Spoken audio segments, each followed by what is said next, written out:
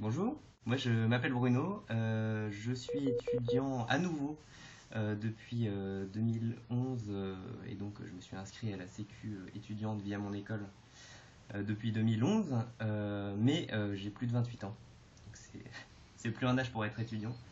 Et la Sécu me le fait savoir puisque apparemment je ne dépends plus du régime général de la Sécu, donc c'est ce qu'on m'a fait savoir à l'école. J'ai essayé d'abord de voir s'il y avait des agences de la Sécu dans mon quartier pour avoir quelqu'un en face de moi, parce que déjà que je suis pas très à l'aise avec ces notions, donc je préfère avoir quelqu'un en face de moi pour en parler.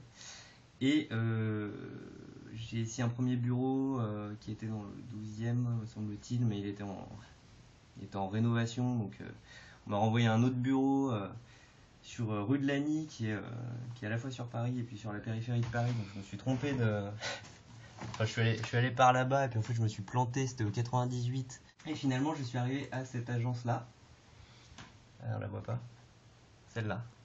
98 rue de Lagny, donc elle est super bien, voilà, avec guichet, etc. Donc enfin je m'attendais pas à ça en fait. Pour le coup c'était une bonne surprise. Et j'ai rencontré une personne qui m'a expliqué, qui m'a donné ce papier-là, de changement de situation, où en fait elle me redemande à peu près les mêmes justificatifs que j'ai donnés en 2011, donc je comprends pas forcément l'intérêt. Donc, c'est une déclaration de changement de situation. C'est déjà ce que j'ai fait en arrivant à Paris en fait.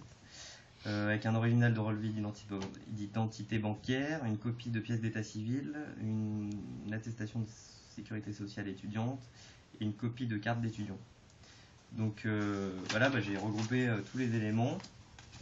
Et puis finalement je suis rentré chez moi et puis bah, je me suis dit mais en fait ce qu'elle m'a expliqué c'est que ça prolonge mon statut à la sécurité sociale étudiante jusqu'à mes 29 ans, donc jusqu'au 25 septembre 2014.